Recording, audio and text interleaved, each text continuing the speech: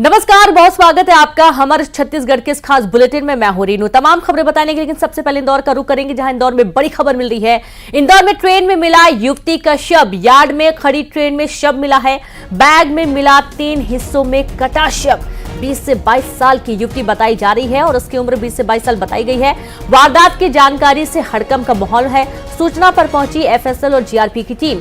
और आप ये देखिए कि ये चौंकाने वाला पूरा घटनाक्रम है, जहां एक बैग में 20 से 22 साल की युवती का 3 हिस्सों में कटा हुआ शव बरामद किया गया है। इंदौर में ट्रेन में युवती का शव मिला है। यार्ड में खड़ी ट्रेन में शव मिलने का मामला, जहां बैग में 3 हिस्सों में कटा हुआ शव बरामद किया गया है। और इस बैग में जब पहली बात तो ये संदिग्ध बैग था, और जब इसकी जांच की गई तो इसमें चौंकाने वाला खुलासा, जिसमें शव रखा हुआ था वो भी 3 हिस्सों में कटा हुआ था। बैग में शव मिलने से अब हड़कंप की स्थिति है और 20 से 22 साल की ये युवती बताई जा रही है, जिसका शव बरामद किया गया है। वारदात की जानकारी से हड़कंप का माहौल है। सूचना पर एफएसएल और जीआरपी की टीम पहुंची हुई है। तो देखिए, एफएसएल और जीआरपी की टीम पहुंची और जब इस बैग को खोला गया तो सभी लोग दंग रह गए, क्योंकि इसमें एक 20 से 22 साल की युवती का शव बरामद किया गया है। एक नागदा महू पैसेंजर ट्रेन है। इसमें कल रात को ये यार्ड पे इंदौर पे खड़ी हुई थी, तो उसमें सफाई के दौरान एक बैग में और एक जिप वाला बैग है, ट्रॉली बैग, और कट्टे में कुछ बदबू जैसे आ रही थी। तो सफाई कर्मी ने उसे जो सूचित किया पुलिस को। पुलिस ने आके देखा तो कुछ लाश जैसे दिखी, और कल इसको जो है ट्रेन के डिब्बे को सेपरेट रख लिया गया था। आज सुबह एफएसएल की टीम हमारी और पुलिस की टीम और सब लोग आके जब उसको बैग को खोल के देखा तो उसमें एक महिला का जो है सिर और धड़ एक बैग में रखा हुआ मिला है, और बाकी थोड़ा नीचे का पोर्शन वो अलग से कट्टे में बंधा हुआ था। और संवाददाता मिथिलेश जुड़ गए। मिथिलेश, बहुत चौंकाने वाला ये मामला है, कोई जानकारी मिल पाई है? कौन है युवती, कहाँ की है, कैसे बैग यहाँ पर पहुंचा? देखिए, अभी तक जो जानकारी सामने आई कि युवती की जो उम्र है वो 20 से 22 साल के बीच में है, लेकिन ये जो ट्रेन है ये पैसेंजर ट्रेन है। इंदौर महू से नागदा तक की चलने वाली, रोजाना चलने वाली ये लोकल पैसेंजर ट्रेन है। कल रात को जो है एक बोगी के अंदर ये बैग मिला हुआ था। उस पूरे बोगी को यार्ड में खड़ा कर दिया गया था। सुबह से एफएसएल के साथ तमाम अधिकारी मौके मौजूद है। इन्वेस्टिगेशन चल रही, जांच चल रही है कि ये महिला कौन है, किस स्टेशन से चढ़ी थी या किसी ने हत्या करके इस बोगी के अंदर रख दिया था। हर एक एंगल में पुलिस जांच कर रही है, लेकिन अभी तक ये जो युवती है इनके हाथ और पैर गायब है, यानी हाथ और पैर मिसिंग है, और शरीर के उन हिस्सों की तलाश की जा रही है। डॉग स्क्वाड की मदद ली जाएगी। महू, नागदा और इंदौर तीनों जगह के जो रेलवे स्टेशन के फुटेज है उसे खंगाले जा रहे हैं कि क्या कल कौन सा यात्री कल बड़े बैग को लेकर चढ़ा था, जो बैग नजर आ रहा है। क्योंकि अभी तक पुलिस का मानना यह है कि हत्या कहीं और की गई थी। हत्या करने के बाद में बॉडी को अलग अलग टुकड़े करके बैग के अंदर भर के बोगी के अंदर रख दिया था। तो फिलहाल हर एक एंगल पे पुलिस की जांच चल रही है, लेकिन महिला की जो उम्र अभी तक जो देखा गया उसके मुताबिक जो एक्सपर्ट है एफएसएल के वो बता रहे हैं कि शायद ये जो महिला की उम्र 20 से 22 साल है। लेकिन ये सनसनीखेज हत्याकांड है और इस हत्याकांड के बाद पूरे क्षेत्र में हड़कंप मचा हुआ। तमाम अधिकारी मौके पर मौजूद है। जांच चल रही है कि वो नागदा की रहने वाली है, कि महू के रहने वाली है, इंदौर की या फिर कहीं और की है। हत्या कहाँ किया गया, हत्यारा कौन है, हत्या के पीछे का मकसद क्या रहा, हर एक चीजों को लेकर जांच चल रही है। लेकिन फिलहाल तमाम अधिकारी मौके पर मौजूद है। जांच शुरू हो चुकी है। पुलिस करी जल्दी कुछ क्लू मिल सकता है, कुछ साक्ष्य मिल सकता है, जिसके बाद हत्यारा तक पहुंचा जा सकता है। लेकिन सबसे बड़ी पुलिस के लिए चुनौती है शरीर के तमाम जो हिस्से गायब है उसे तलाशना, उसे ढूंढना, क्योंकि हाथ और पैर मिसिंग है। मिथिलेश, तमाम जानकारी साझा करने के लिए बहुत शुक्रिया। तो इस तरीके से पुलिस पूरे मामले की जांच में जुट गई है। फॉरेंसिक टीम मौके पर पहुंची हुई है। और अब बात रायपुर से बड़ी खबर की, जहां मंत्रियों की परफॉर्मेंस की समीक्षा की जाएगी। प्रदेश के मंत्रियों की परफॉर्मेंस का रिव्यू होगा। दिल्ली से लौटते ही सीएम विष्णुदेव साय रिव्यू करेंगे। पिछले 6 महीने के कामकाज की होगी समीक्षा। सीएम हर विभाग के काम की समीक्षा करेंगे। मंत्रियों के काम की समीक्षा के निर्देश जारी कर दिए गए हैं। और आज जब प्रधानमंत्री शपथ ग्रहण समारोह के बाद जब सीएम विष्णुदेव साय वापस रायपुर आएंगे तो मंत्रियों की परफॉर्मेंस की समीक्षा की जाएगी। और अब मंत्री किस तरीके से काम कर रहे हैं इसकी समीक्षा के साथ ही रिव्यू होगा।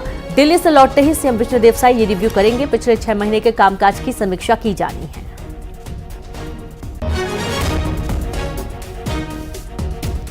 मुख्यमंत्री हर विभाग के काम की समीक्षा करेंगे। मंत्रियों के काम की समीक्षा के निर्देश जारी कर दिए गए हैं। पिछले 6 महीने में किस तरीके से कामकाज हुए हैं, क्या काम हुए हैं और कैसे जो योजनाएं प्रदेश सरकार लेकर आई है उनका क्रियान्वयन किस तरीके से हो रहा है, जो लाभार्थी हैं उनको सही तरीके से लाभ पहुंच पा रहा है कि नहीं, तमाम ऐसे मुद्दे जिनको लेकर रिव्यू किया जाएगा और मंत्रियों के तमाम विभागों के मंत्रियों के कामकाज की समीक्षा आज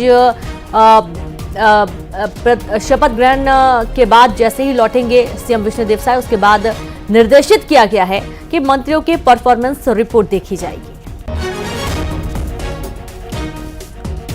तो देखिए, छत्तीसगढ़ में बीजेपी का बहुत बेहतर प्रदर्शन है। 11 में से 10 लोकसभा सीटें बीजेपी के खाते में गई हैं और उसके बाद अब आने वाला समय सरकार को और मजबूत करे, खासतौर पर बीजेपी पार्टी को और मजबूत करे। इसके चलते ये समीक्षा बहुत ही महत्वपूर्ण है, क्योंकि जिन दावों के साथ बीजेपी भारतीय जनता पार्टी सत्ता में आई है उसके बाद ये कहा जा रहा है कि अपने मंत्रियों को और ज्यादा चुस्त दुरुस्त रहने की जरूरत है। कामकाज हो, चाहे वो योजनाएं हो, चाहे जनता की सेवा हो, प्रत्येक मंत्री को अपने विभाग पर पैनी नजर बनाने की जरूरत है। किसी भी तरीके से लापरवाही बर्दाश्त नहीं करेगी सरकार, और साई सरकार ने यह स्पष्ट कर दिया है कि सभी मंत्री जन सेवा के भाव से काम करें और हर विभाग के कामकाज का रिव्यू बारी बारी से लिया जाना है।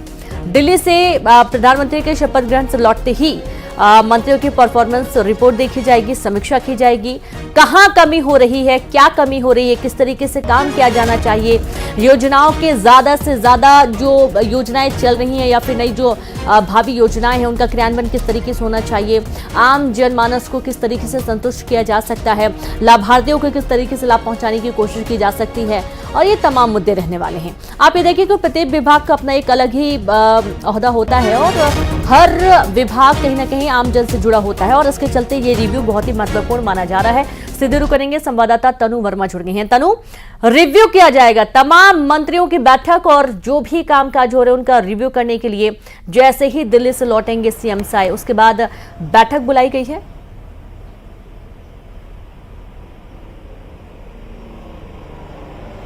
जी बिल्कुल, देखिए छत्तीसगढ़ में साय सरकार को करीब 6 महीने हो चुके हैं और अभी आचार संहिता चल रही थी। ऐसे में आचार संहिता के दौरान सरकार ने जो है कोई भी नीतिगत निर्णय जो है नहीं ले पाई है, लेकिन अब दिल्ली से लौटते ही सीएम साय जो है समीक्षा बैठक करने जा रहे हैं। बैठक को लेकर तमाम तरह के निर्देश भी जो है दिए गए हैं और इस बैठक में एक एक विभाग की समीक्षा जो है सीएम साय खुद लेंगे।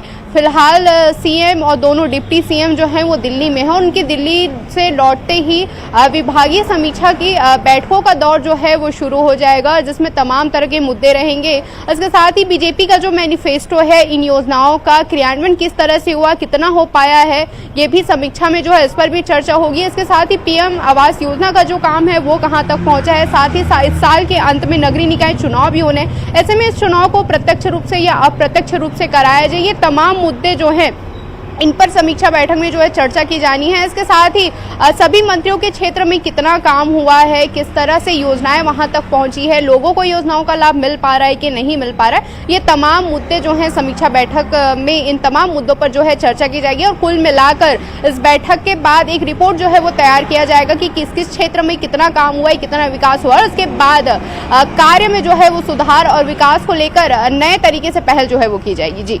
जी बिल्कुल, बहुत शुक्रिया आपका तनु तमाम जानकारी के लिए। तो कार्य में सुधार, पिछले 6 महीने की रिपोर्ट पेश की जानी है और उस पर आगे प्लान बनाया जाना है। आगे बढ़ेंगे, जहां दुर्ग से बड़ी खबर है, स्वास्थ्य विभाग ने बड़ी कार्रवाई की है। 2 अस्पतालों को बंद करने के निर्देश जारी कर दिए गए हैं। इनमें पहला जानी IVF को बंद करने का आदेश है।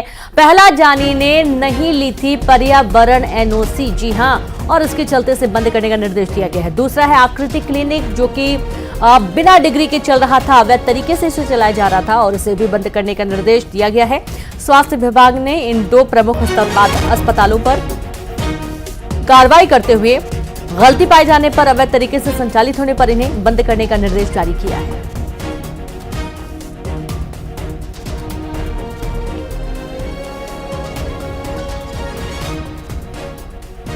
तो खबर आपको दुर्ग से दे रहे हैं, स्वास्थ्य विभाग की बड़ी कार्रवाई और 2 अस्पतालों को बंद करने के निर्देश जारी किए गए हैं। जहां एक तरफ आकृतिक क्लिनिक है, जिसे बिना डिग्री के ये अस्पताल चल रहा था, क्लिनिक चल रहा था, जिसे बंद करने का आदेश दिया गया। पहला जानी IVF को बंद करने का आदेश जारी किया गया, जो कि पर्यावरण NOC नहीं लिया है और इसके चलते इन दोनों ही अस्पतालों पर गाज गिरी है।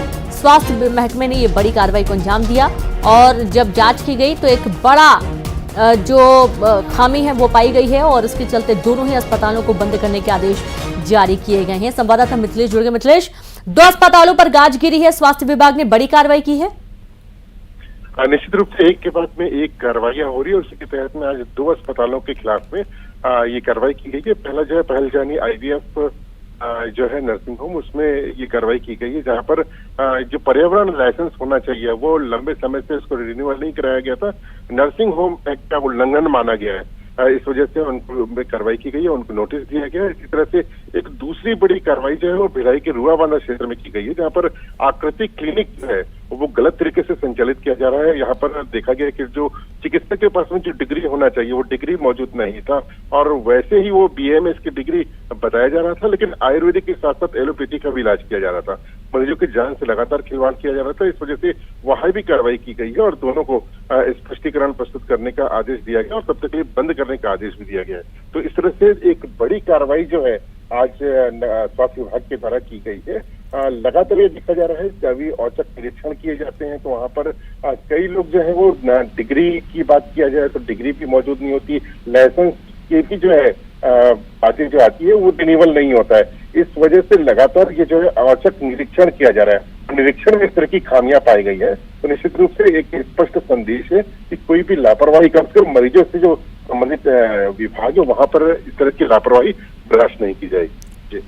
जी बिल्कुल, बहुत शुक्रिया आपका जानकारी के लिए मिथिलेश। तो इस तरीके से कोई भी लापरवाही बर्दाश्त नहीं की जाएगी और ये बड़ी कार्रवाई को अंजाम दिया गया है। 2 अस्पतालों को स्वास्थ्य विभाग ने बंद करने के आदेश जारी कर दिए हैं।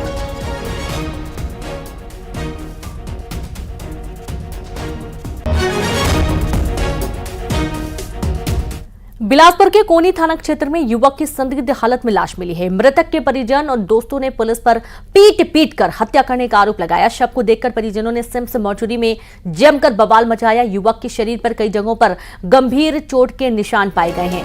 मृतक के दोस्त विष्णु साहू के मुताबिक वो अपने दोस्त रोशन और बजरंग साहू के साथ घूमने गया था। शनिवार सुबह पुलिस का ड्राइवर आया और उसने बताया कि रोशन की मौत हो गई है। मामले में पुलिस का कहना है कि बीते 7 जून की रात को 4 युवक हाईवे पर ट्रक ड्राइवर से लूटपाट की कोशिश कर रहे थे। पेट्रोलिंग के दौरान पुलिस ने एक युवक को पकड़ लिया जो अभी भी उनकी हिरासत में है, जबकि बाकी युवक भाग गए, जिनमें से एक युवक की सुबह लाश मिली। पुलिस ने पूरे मामले की निष्पक्ष जांच और कार्रवाई का भरोसा दिया है।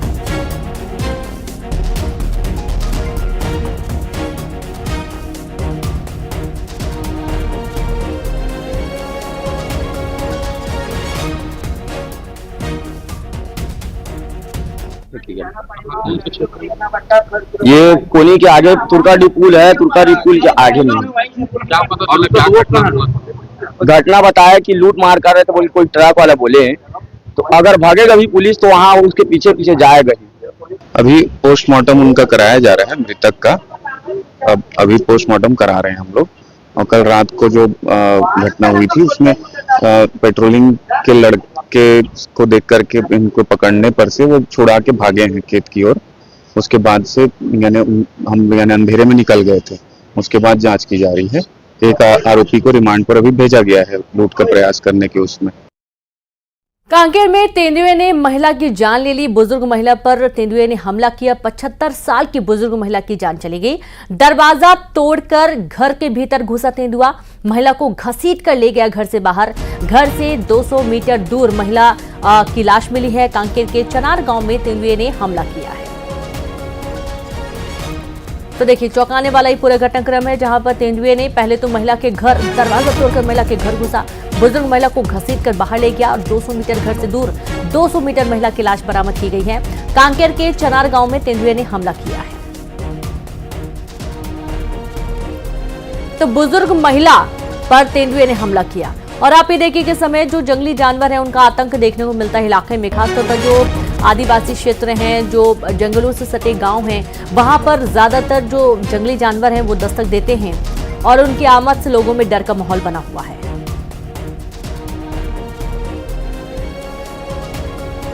महिला को घर से घसीटते हुए जंगल की ओर ले गया है और उन्हें हतप्राण कर दिया है।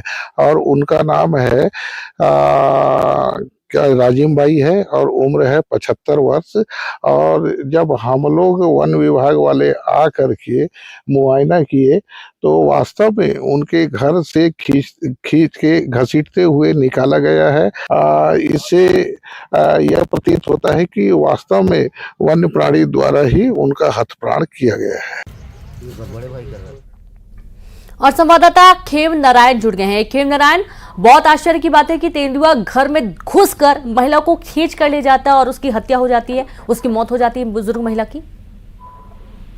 जी देखिए, आज नरहरपुर वन परिक्षेत्र के ग्राम चनार से एक मामला सामने आया है, जहां पर एक आदमखोर तेंदुआ जो है बुजुर्ग महिला का शिकार कर देता है और महज ही जो उसका घर के दरवाजे को तोड़कर जो है तेंदुआ बुजुर्ग महिला को निकाल कर पहाड़ी पर ले जाता है और वहां पर जो है उसके पूरे आधे शरीर को छप्त विक्षप्त जो है लाश सुबेरे लोगों के द्वारा देखा जाता है और फिर जो है वन विभाग को सूचना दी गई, जिसके बाद जो है वन विभाग मौके पर पहुंची है, वहां पर पूरी जांच कर रही है और उनके द्वारा कहा जा रहा है कि ये आदमखोर जो तेंदुआ है उसने जो है बुजुर्ग महिला को शिकार बनाया है और तेंदुए के पंजे के निशान और उसके बाल और मूंछ के बाल जो है वहां पर दिखाई दे रहे हैं। तो इससे वन विभाग ने पुष्टि की है कि ये आदमखोर तेंदुए ने ही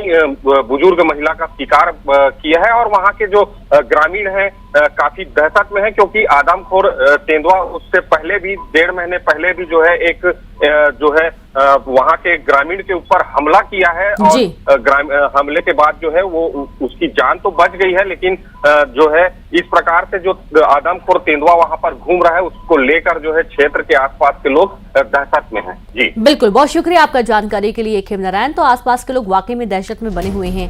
हालांकि कोशिश की जाती है कि जंगली जानवरों को ग्रामीण क्षेत्रों से दूर रखा जाए, लेकिन बार बार कहीं न कहीं भोजन और पानी की तलाश में जंगली जानवर रिहायशी इलाकों की तरफ रुख करते हैं और अब डर का माहौल बना हुआ है। अंबिकापुर से एक चौंकाने वाला मामला सामने, जहां सांप डसने से पति पत्नी की जान चली गई है। जमीन पर ये पति पत्नी सो रहे थे और इसी दौरान सांप ने दोनों को एक साथ डस लिया। मेडिकल कॉलेज में इलाज के लिए भर्ती किया गया था, जहां पर जान चली गई। और कोलडीहा गांव के रहने वाले दंपत्ति बताए गए हैं जिनकी मौत हो गई है। सांप के काटने की वजह से दोनों पति पत्नी की जान चली गई। बड़ी खबर है अंबिकापुर से। तो सांप के डसने से पति पत्नी की मौत। जमीन पर ये दोनों सो रहे थे और इसी दौरान सांप ने डस लिया। मेडिकल कॉलेज में इलाज के दौरान जान चली गई। कोलडीहा गांव के रहने वाले दंपत्ति की मौत का मामला सामने आया है।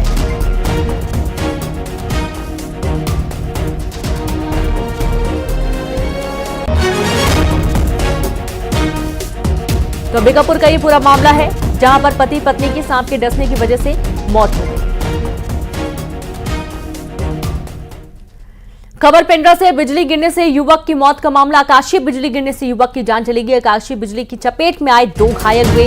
मवेशियों को बचाने गए हुए थे युवक और इनके ऊपर बिजली गिर गई। जहां पेंड्रा में झाबर गांव के बाजार में यह हादसा हुआ है। तो खबर पेंड्रा से है, जहां बिजली गिरने से एक युवक की मौत। आकाशीय बिजली गिरने से युवक की जान चली गई। आकाशीय बिजली की चपेट में आए 2 घायल हुए हैं। मवेशियों को बचाने गए युवकों पर बिजली गिरी और पेंड्रा में झावर गांव के पास यह हादसा हुआ है। कांकेर शहर के राजापारा में 8 से 9 फीट लंबा अजगर निकलने से हड़कंप मच गया। रिहायशी इलाके में अजगर निकलने की सूचना मिलते ही उसे देखने के लिए लोगों की भीड़ जुट गई। स्थानीय लोगों ने तुरंत वन विभाग की टीम को इसकी सूचना दी, जिसके बाद मौके पर पहुंची वन विभाग की टीम ने अजगर का रेस्क्यू कर सुरक्षित जंगल में ले जाकर छोड़ दिया। बताया जा रहा है कि शनिवार की शाम आई तेज आंधी पानी की वजह से अजगर पहाड़ से निकलकर नीचे की रिहायशी बस्ती में आ गया था और ये घर में घुस गया, जिसे सुरक्षित जंगल में छोड़ दिया गया है।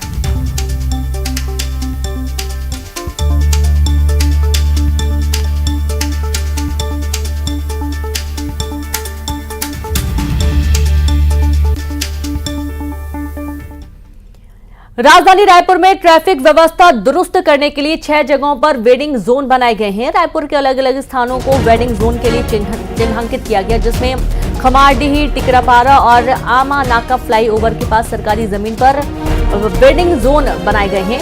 और इसके साथ ही कारी तालाब के पास, आमापारा बूढ़ा तालाब के पास, धर्मस्थल और पंडरी में महालक्ष्मी कपड़ा मार्केट के पीछे भी वेंडिंग जोन बनाने की तैयारी। टाउन वेंडिंग कमेटी की मंजूरी के बाद तीनों जगहों के टेंडर जारी कर दिए गए।